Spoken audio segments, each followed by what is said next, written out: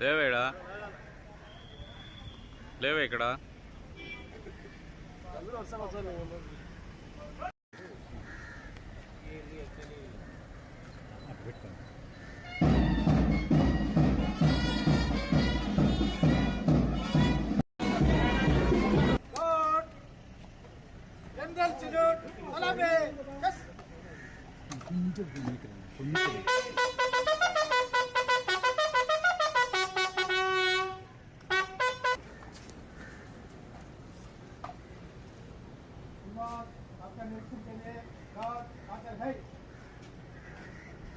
Rakesh.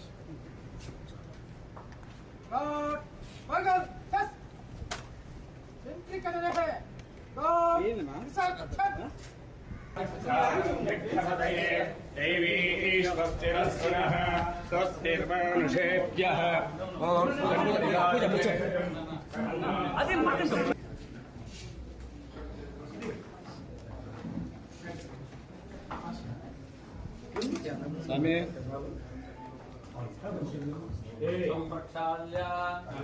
స్వామి మీరు ఒక side వెళ్ళాలి. గోవిందాయ నమః విష్ణవే నమః మధుసూదనాయ నమః త్రివిక్రమాయ నమః నారాయణాయ నమః శ్రీధరాయ నమః ఋషికేశాయ నమః పద్మనాభాయ నమః దామోదరాయ నమః శంకర్షణాయ నమః వాసుదేవాయ నమః హంసాయ నమః నిరుద్ధాయ నమః వృషభాయ నమః గోవింద గోవింద గోవింద మహావిశ్వాగ్రహ పర్వతమానస్య అద్య బ్రహ్మణః దివ్యపదార్థే శ్వేతవరాహ కల్పే వైవస్నాకావేభ్యో మధ్యప్రదేశే వెంకటాచలమక్షేత్రే శ్రీ పర్వవాది సుసంవత్సరमध्ये షష్ఠిస్త్రీ క్రోధినామ సంవత్సరే దక్షిణాయనే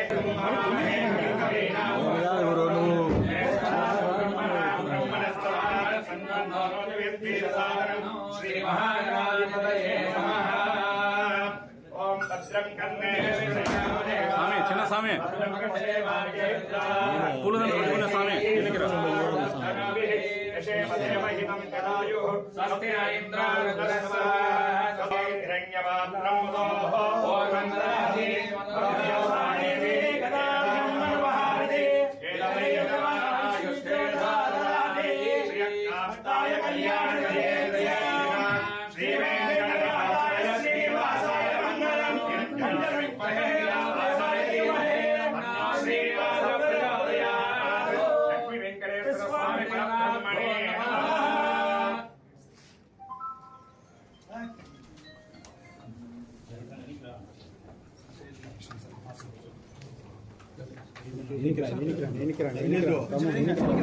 డబ్బు ఉంటే ఊరికి రాదు, ఊరికి ఇబ్బంది పడుతుంది.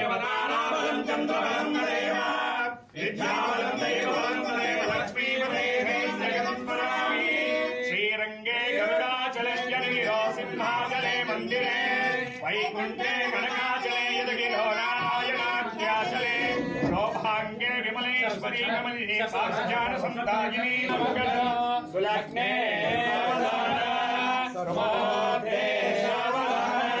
శ్రీలక్ష్మీ నారాయణ దేవదన్నః వృషభాధేశ్వరే పదే పదన్నః అనిహేయాధిపదేవ దేవదన్నః భగవాన్ వేంకటే పదే పదన్నః శ్రీ శ్రీనివాస కులదేవదన్నః శ్రీ శ్రీనివాస పరమానమన్నః శ్రీ శ్రీనివాస కులదేవదన్నః శ్రీ శ్రీనివాస పరమానమన్నః. ఓం హీచ్యతే లక్ష్మీ తపత్యో అహోరాత్రే ఆశ్వే నక్షత్రాణి రూపం అస్మిన్ మనిషాన అమన్మనిషాన సర్వం మనిషాన శతమానం భవతి శతాయ పురుషస్యేంద్రియాయుష్యేంద్రియే ప్రతిష్ఠతి. శ్రీ భూమునీలా సమేత శ్రీ లక్ష్మీ వెంకటేశ్వర స్వామి పరిపూర్ణతార్థప్రదాన సిద్ధిర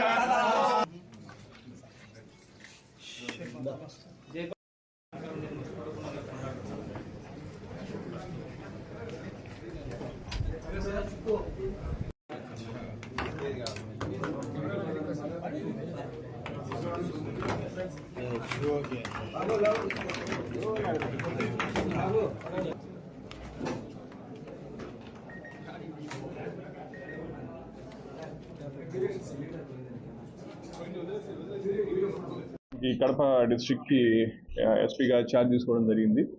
సో మీ అందరికి తెలిసిన విషయం, ఇదివరకు కూడా నేను అన్నమయ్య డిస్ట్రిక్ట్ నైబరింగ్ డిస్ట్రిక్ట్లో వర్క్ చేశాను. సో అన్నమయ్య ఫస్ట్ ఎస్పీగా, మరొకసారి నాకు కడప ఎస్పీగా ఈ అవకాశం రావడం నిజంగా చాలా సంతోషకరం. సో కడప ప్రజలకి సేవ చేసే అవకాశం రావడం అనేది ఒక అదృష్టంగా భావిస్తున్నాను. సో దానికి ప్రధానంగా చెప్పేది ఏమంటే, ఏదైతే పబ్లిక్కి పోలీసు ఏ సర్వీసెస్ అయితే ఇవ్వాల్సి ఉంటాయో ఆ సర్వీసెస్ అన్నీ కూడా ఎఫెక్టివ్గా ప్రాపర్గా ఇచ్చే విధంగా చేయాలనేదే మన ముందున్నటువంటి ప్రధాన ఉద్దేశం. ఏదైతే రూల్ ఆఫ్ లా ఉందో ఆ రూల్ ఆఫ్ లాని మనం ప్రిజర్వ్ చేయాలా, ప్రొటెక్ట్ చేయాలా.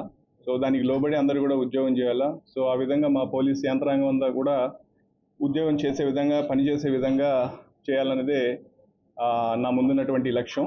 సో కాబట్టి దాంట్లో ఈ విధంగా చేసే క్రమంలో పాత్రికేయ మిత్రులు కావచ్చు, ఎలక్ట్రానిక్ ప్రతినిధులు కావచ్చు, ప్రజలు కావచ్చు, రాజకీయ పార్టీకి సంబంధించిన ప్రతినిధులు కావచ్చు, అలాగే మా పోలీస్ యంత్రాంగం అంతా కావచ్చు, వాళ్ళందరూ కూడా వాళ్ళ సహకారాలు అందిస్తారని చెప్పి నేను ప్రగాఢంగా నమ్ముతున్నాను.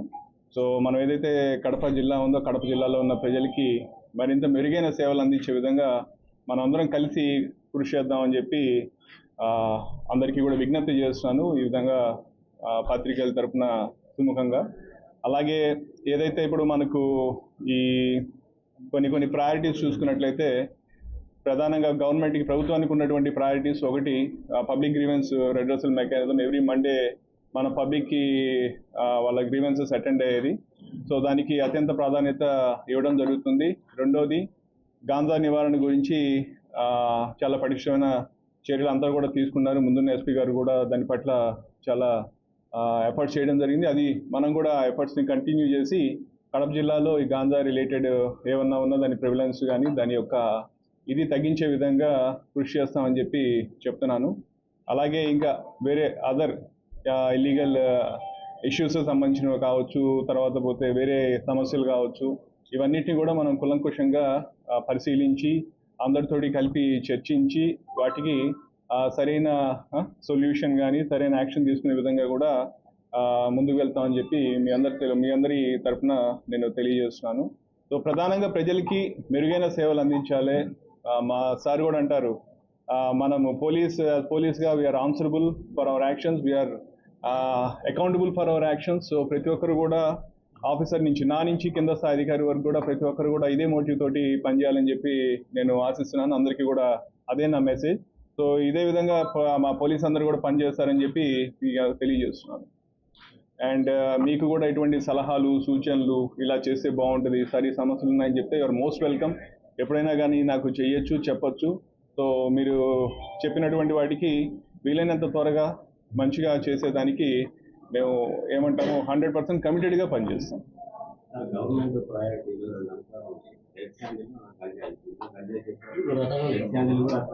రెడ్ శాండర్స్ కడపలో అసలు సంజయ్ అనేది తెలివిగా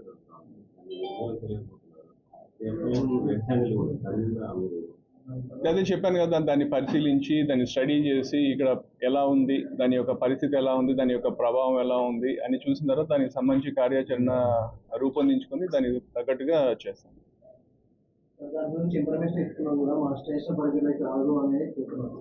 సో దానికి వేరే మార్గాల ద్వారా చేయించాలా, ఎలా చేయించాలనేది దానికి ఆలోచించి చేసే విధంగా చూద్దాం. అది ఇప్పుడే ఇలా చేస్తాను అలా చేస్తాను నేను చెప్పలేను, కానీ బట్ చేసేది నిజాయితీగా చేస్తాను మటుకు చెప్పగలను. ఓకేనా? ఇంపార్టెంట్ గా కడప టౌన్ లో సిగ్నల్స్ గతంలో ఉండేవి, రోడ్ల అభివృద్ధి కార్యక్రమంలో భాగంగా సీసీ కెమెరాలు సిగ్నల్స్ తీసేశారు. అదొకసారి కలెక్టర్ గారితో, మున్సిపల్ కమిషనర్ గారితో మాట్లాడి వాటికి సంబంధించి ఆల్రెడీ ఏమైనా ప్రపోజల్స్ ఉన్నాయి ఉంటే వాటిని మళ్ళీ రివైవ్ చేయించడం, లేకపోతే ఏదైనా కొత్తగా ప్రపోజల్స్ పెట్టాల్సి వస్తే ప్రపోజల్స్ పెట్టి కలెక్టర్ గారితో, మున్సిపల్ కమిషనర్ గారితో మాట్లాడి వాళ్ళ సపోర్ట్ తీసుకొని అవి ఇంప్లిమెంట్ చేసే విధంగా మనం పనిచేద్దాం. నగరంలో సీసీ కెమెరాలు కూడా చాలా మంది పనిచేయడం కూడా ఖచ్చితంగా వాటికి సంబంధించి కూడా ఏం ఇష్యూస్ ఉన్నాయో చూసుకొని అవి కూడా మళ్ళీ ఏమంటాము యూజ్ చేసే విధంగా తీసుకుని వచ్చేదానికి ప్రయత్నం చేద్దాం. ఓకేనా? Thank you.